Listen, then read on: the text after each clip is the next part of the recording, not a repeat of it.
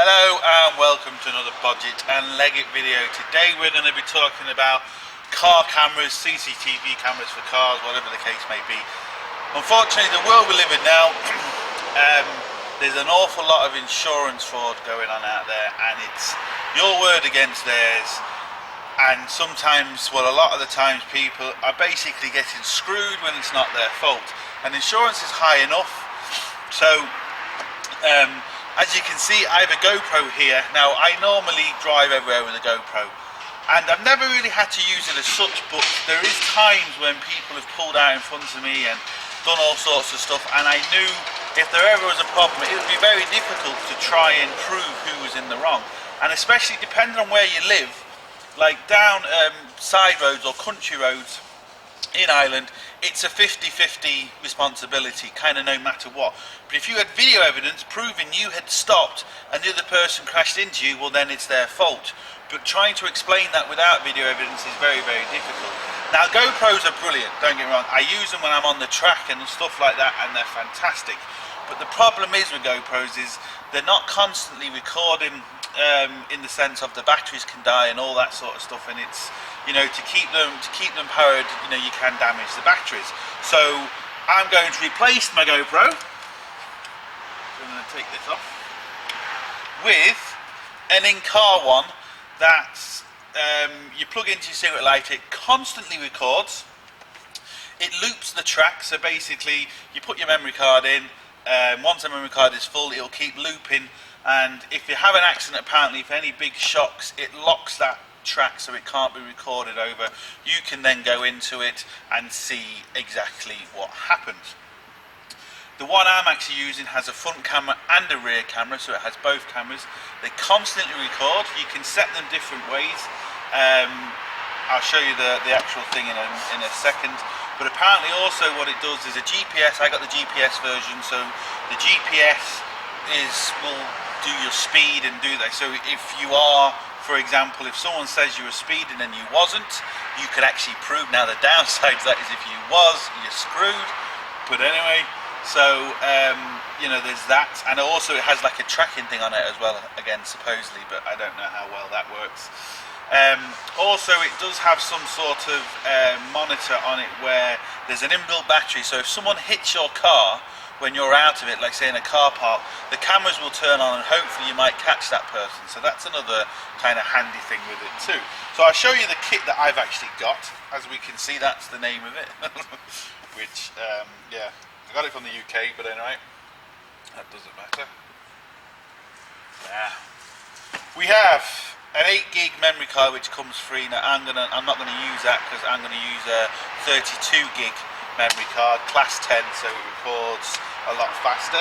Now, as we can see, this is what I've got. Now, what this is designed to do is it clips over your existing mirror. The camera is in the middle. Now, I thought the camera would be on the side. I did see it in the picture in the middle, and I just assumed that was kind of a picture. So the camera's in the middle, which might be kind of annoying. Now, I know you can turn it on and off, so that's not really a big deal. But I was kind of hoping the camera would be at the corner, and you could constantly have the camera on and see where you're going. But anyway, that doesn't really matter as such. Apparently, also, you should be able to select the camera, so you should be able to select if you're looking at the front camera or the rear camera, or turn them both off as regards looking at them in here. They'll still be recording. I think you can also look at both cameras together. Now, you know, picture on picture, I'm not sure. And another thing, you can use the rear camera as a reversing camera. Now, I don't know if you have to wire it into the reverse or you just basically press the button as you reverse it. Kind of the same thing. It might be just easier just to press the button. It is a waterproof rear camera. Now, I'm not going to use it outside, but it is a waterproof rear camera. Some of the cheaper sets, they're not a waterproof rear camera. That's the front camera. As you can see, you can actually move it. That's the front speaker, and these are where all the connections go. And it actually says HDMI, USB, GPS, and AV in. And then we have the memory card, the mic, and the reset button at the bottom. Now, it does actually look fairly good, to be fair. So I'm kind of happy. It doesn't look bad or cheap or anything like that. There is cheaper ones out there. I went for the more expensive one because it had the GPS and a few little things like that, and like I said, it just basically bolts to there. So anyway, that's the front camera. What else do we have in the box?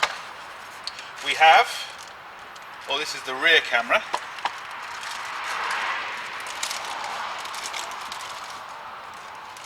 So that's the rear camera.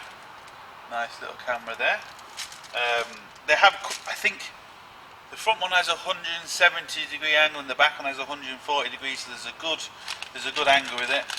This is the GPS. Now, it's my phone. So this is the GPS unit.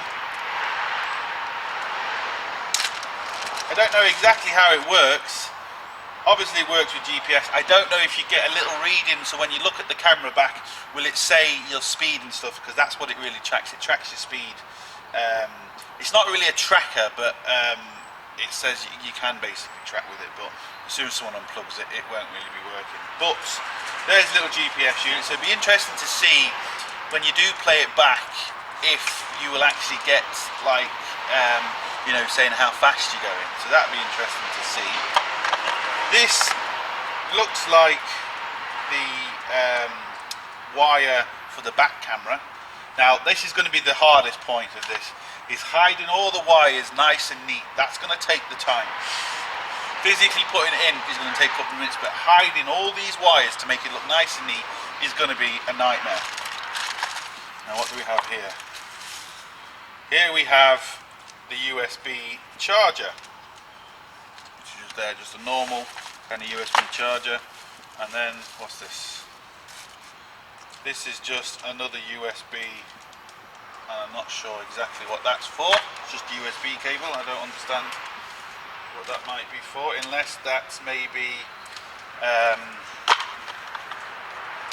don't know, maybe you can just another charging cable. I don't know, maybe you can charge it on your computer or something, because I think there is a little battery in this. It doesn't last long, a couple of hours, but it'll last, if someone hits your car in the car park or something.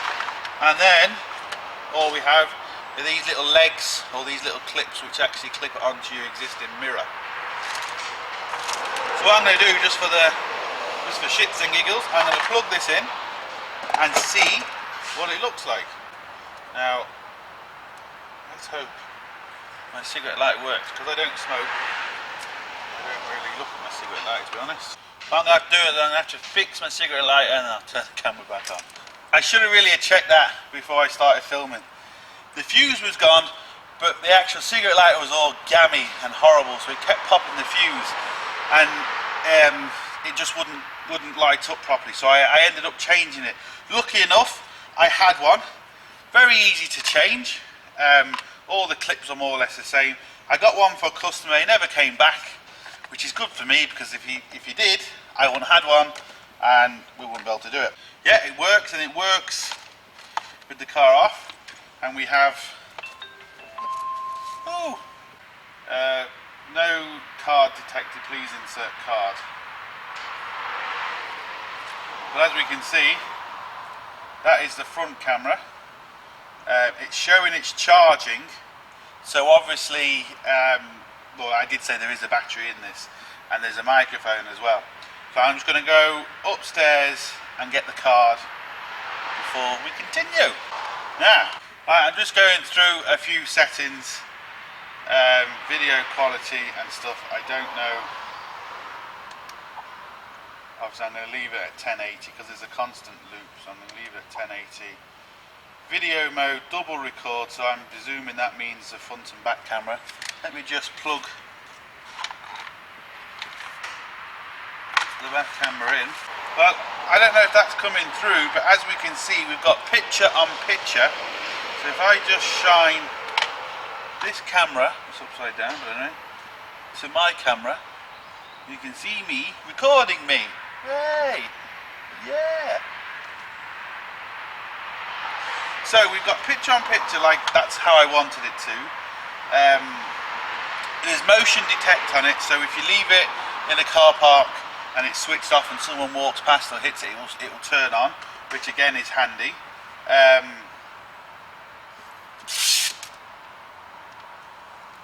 I don't know how it's going to be. Well, I have to say,